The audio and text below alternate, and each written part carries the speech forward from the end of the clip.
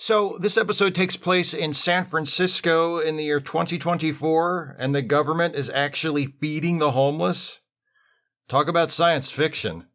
This is a review of the classic Star Trek Deep Space Nine episode, Past Tense. If you have not seen this episode and you don't want to know what happens in it, be warned, spoilers beyond this point. Sometimes Star Trek predicts the future, and it's way off, like with the eugenics wars or the state of the space program in the 1990s and beyond. But sometimes it's uncannily and uncomfortably accurate, like with Past Tense. The episode begins with the crew on the Defiant arriving at Earth for a Starfleet conference. Sisko, Dax, and Bashir are complaining about having to attend a fancy-dress dinner with top brass that evening, while O'Brien gloats that, as a non-commissioned officer, he isn't expected to attend such things, and is thus free to pursue his own low-class, slovenly interests aboard the ship. The others are appropriately jealous, but not for long. When Sisko, Dax, and Bashir beam down to Starfleet headquarters, they don't make it. From the perspective of the Defiant, all three of them just disappear. That's not good. That's really not good. It turns out Sisko, Dax, and Bashir did make it to Earth, but somehow they materialized not in the 24th century, but in the 21st century. The year 2024, to be exact. Sisko and Bashir wake up on the street and are immediately picked up by a couple of cops and marched into a nearby sanctuary district where all the indigent and unemployed people of the city are kept. Dax materialized a few feet over and several more feet down in the stairwell of a subway terminal. She is found and assisted by benevolent media tycoon Chris Brenner, who looks like he drove straight to the set after filming his guest appearance as Kelly's boyfriend of the week on an episode of 90210. While Dax makes use of the assistance offered by the helpful/smitten Chris to order herself up a fake ID, Sisko and Bashir get checked into the processing center in Sanctuary District A. Sisko explains to the aghast Bashir that during this period of history, unemployment and homelessness were widespread, so the United States government created sanctuary districts in every major city where the homeless and the jobless were kept. As if being stuck in a ghetto in the past wasn't enough of a problem, Sisko notices the date and tells Bashir their troubles are going to get worse if they don't figure out a way home in the next couple of days. It's currently August 30, 2024. In the next few days, an event known to history as the Bell Riots will occur. It's a watershed moment in history, one that will lead to transformative and long overdue change, but it's also a moment of extreme violence. Frustrated and desperate Sanctuary District residents will rise up and take control from the authorities. Guards, like the two guys who brought Sisko and Bashir in, will be taken hostage. And when government agents finally storm in to put down the riot, hundreds of Sanctuary residents will be killed. It's an ugly, bloody page in history, but it must be allowed to happen, or everything that results from it that eventually leads to the world Sisko and Bashir come from will be at risk. So, Sisko and Bashir resolve to try and keep out of the way.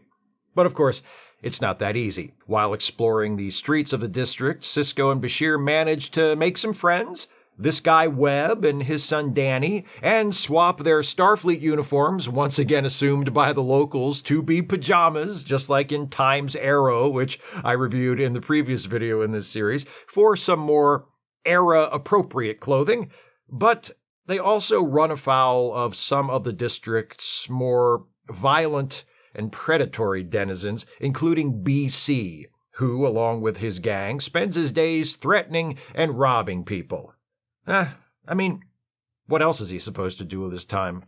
Something tells me Sanctuary District A doesn't have very reliable public Wi-Fi, At one point, BC walks up to Bashir and demands his food card. When Bashir refuses, a fight ensues between BC and his friends and Bashir and Sisko. Another man steps in to break up the fight, and BC stabs him, killing him. A look of alarm falls across Sisko's face. After he and Bashir make a run for it and evade the cops, Sisko explains why. The dead man, the man who was killed in a fight that wouldn't have happened if they hadn't been there, was Gabriel Bell, the central figure in the Bell Riots, which you can tell because they named him after him. So, determined to preserve history despite the death of one of the most important participants in the next few days of it, Sisko does the only thing he can do. When BC and his friends kick things off by taking hostages at the processing center, Sisko joins him and tells BC, "The name is Bell. Gabriel Bell." Meanwhile, in the 24th century, Kira, O'Brien, and Odo have been trying to figure out what happened to Sisko, Bashir, and Dax. O'Brien discovers what happened. They were accidentally beamed into the past thanks to some technobabble involving the Defiance cloaking device, and comes up with a way to look for them. But then, after we see Sisko and Bashir inadvertently cause the death of Gabriel Bell in 2024, O'Brien notices something funny. Starfleet no longer exists. So, history has been changed, and the Defiant has been isolated from the change thanks to its technobabble armor. Now, the only way to restore the timeline is for Kira and O'Brien to recreate the accident that sent Sisko, Bashir, and Dax into the past, go back and find them and bring them back to prevent history from being changed. So, that's what the characters still on the Defiant are going to be busy with for the rest of the episode. Meanwhile, Dax is getting to see how the other half lives in 2024, attending a party for rich scumbags alongside Chris. When someone mentions sanctuary districts, Dax wonders if her two missing friends might have been taken there. Chris asks around and confirms that yes, Sisko and Bashir are in Sanctuary District A, so Dax is like, "Thanks for all your help, I'm gonna go crawl through the sewer to get in there and help my friends." That's what she does, and within moments of climbing out of a manhole, she's being stalked by Clint Howard, who I assume had just wandered over to the Paramount backlot from Universal after production wrapped on Apollo 13. But it all works out because Dax is brought to the processing center, where she's reunited with Sisko and Bashir. Sisko and Webb have been negotiating with a San Francisco detective to try and resolve the hostage situation, but they aren't getting anywhere. The detective is offering standard, small-scale concessions like reducing criminal charges against the hostage takers, while Webb is demanding significant nationwide legislative reform to address the problems that led to the creation of the sanctuary districts in the first place. They realize if they want to accomplish anything, they'll need to take their case directly to the public. So Dax crawls back out through the sewer and sweet talks / guilt trips Chris into turning his cable channels over to the people of the sanctuary district so they can tell their stories. Chris is like, "So you want me to use my position to help people in need?" "Yes, exactly." "Explain it to me again?" Chris ultimately agrees, since he expects it to get great ratings. I think he's the most realistic character in the history of Star Trek. Eventually, the government gets antsy and sends in the troops. There's a brief shootout at the processing center. BC is killed. Webb is killed. Sisko is wounded, but the hostages are all safe, thanks largely to Sisko acting out the role originally played by Gabriel Bell and keeping BC and his more volatile friends under control. The guards, who have gradually become sympathetic to the plight of the people in the sanctuary, help Sisko and Bashir leave the district so they can rejoin Dax on the outside. O'Brien and Kira have managed to locate them by this point, and they all return to the Defiant to find that history as they knew it has been restored. While Sisko recovers from his bullet wound, Bashir drops by to show him the Wikipedia article on the Bell Riots, which now features a photograph of Sisko identified as Gabriel Bell. "I'll have fun explaining this one to Starfleet," Sisko says with a chuckle. Then Bashir, reflecting on their adventure, says to Sisko, "There's still one thing I don't understand about the 21st century. How could they have let things get so bad?" And Sisko replies, "That's a good question." And then we fade to black before Sisko can turn directly to camera and say, "What do you think?" This is one of my favorite Deep Space Nine episodes, one of my favorite Star Trek episodes, period, and one of the best examples of Star Trek using its format and its platform to make a clear and meaningful political statement that, sadly, is perhaps even more relevant today than it was when it was first broadcast almost 30 years ago. First, let me get this out of the way. Aside from the political content, this is a very well-written episode. It's solidly plotted. Things unfold in a way that is compelling, that draws you in. Sisko and Bashir find themselves in the middle of some very important history about to happen.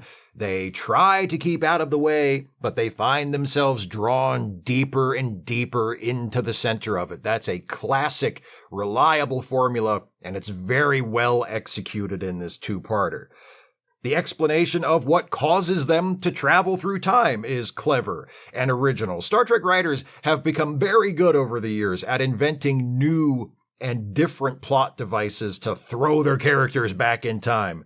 It is extremely technobabbly, and the scenes of O'Brien and Kira trading technobabble while they try to figure out what happened to Sisko, Dax, and Bashir are really the only drag in the episode, since not only are they just spouting made-up gibberish, they're also trying to catch up to us in the audience who already know what happened to Sisko, Dax, and Bashir and where they are. But I appreciate the writers coming up with yet another method of time travel, and such an economical one too.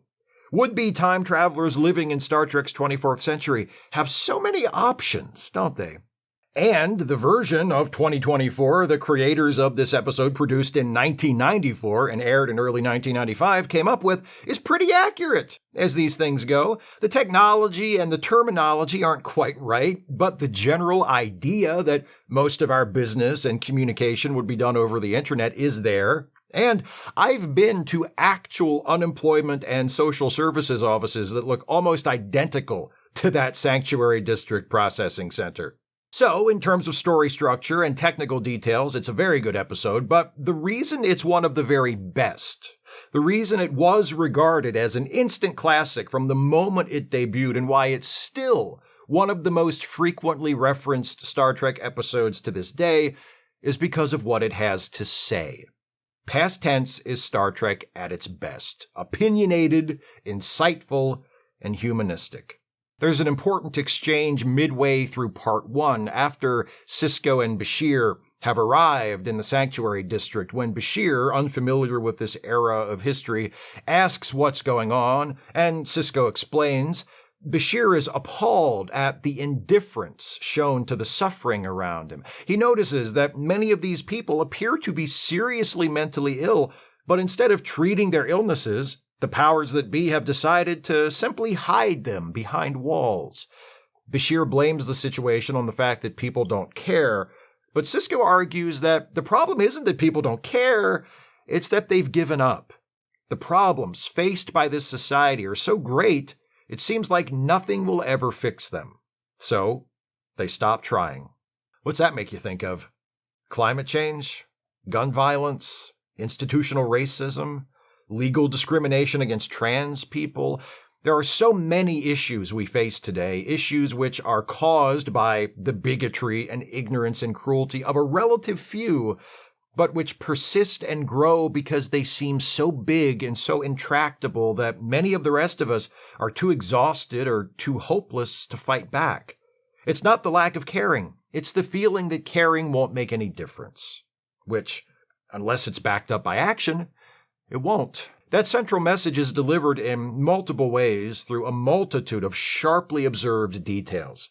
Sisko and Bashir are taken to the Sanctuary District and treated as social refuse, while Dax finds a wealthy benefactor and lives the high life for a few days. Why? Because the transporter just so happened to deposit Dax in a spot where she wasn't immediately found by the authorities. It has nothing to do with their abilities, their personalities, any of their qualities as individuals. Two become poor, one becomes rich, all because of where they came into the world. We see well-intentioned but overworked and underfunded social workers doing their best to help the people of the sanctuary, but not really seeing the point. Seeing the discouragement of the social worker assigned to him, Bashir sympathetically tells her, "It's not your fault that things are the way they are." To which she replies, "Everybody tells themselves that, and nothing ever changes."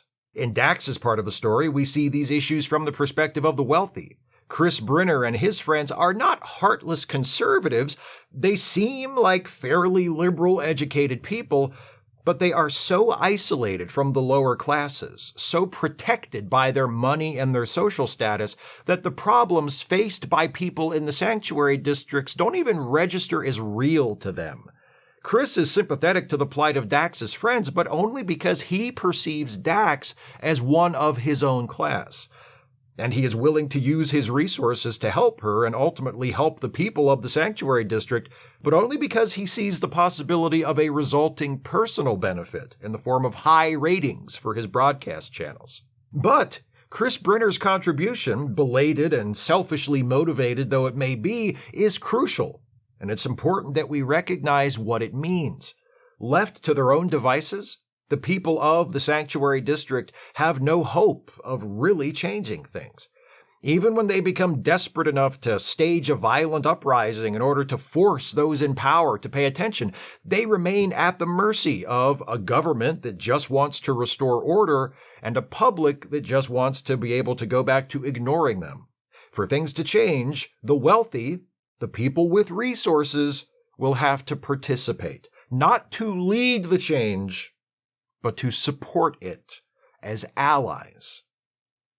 Past Tense is the episode that started DS9 down the path of just dealing with political and social issues directly rather than through allegory. It returned to this formula a few years later with another of its most acclaimed episodes, Far Beyond the Stars.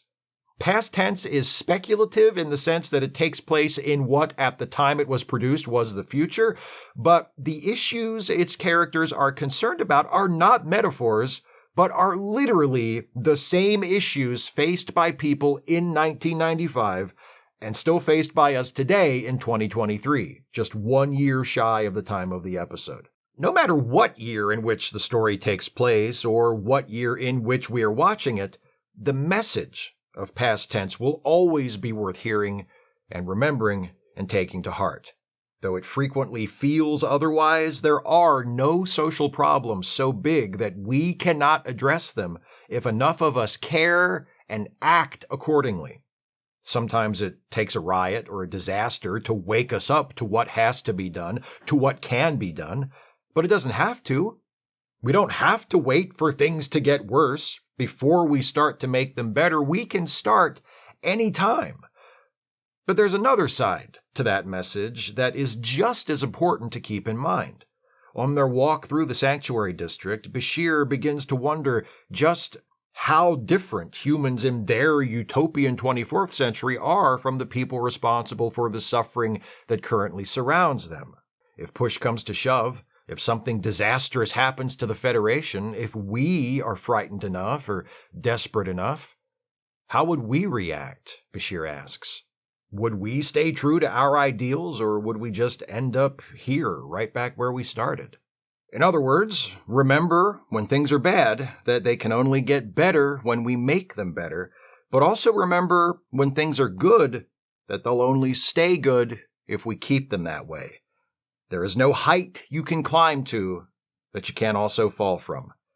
Eternal vigilance is not only the price of liberty, it's also the price of progress. Those are my thoughts on Past Tense. What do you think of this episode? Please share your thoughts with me in the comments. If you'd like to support this channel, and I sure wish you would, if you can afford it, you can do so by becoming a patron at patreon.com/Steve Shives, becoming a channel member by clicking the join button, or by making a one-time gift by clicking the thanks button or via PayPal or Venmo. Links are in the description.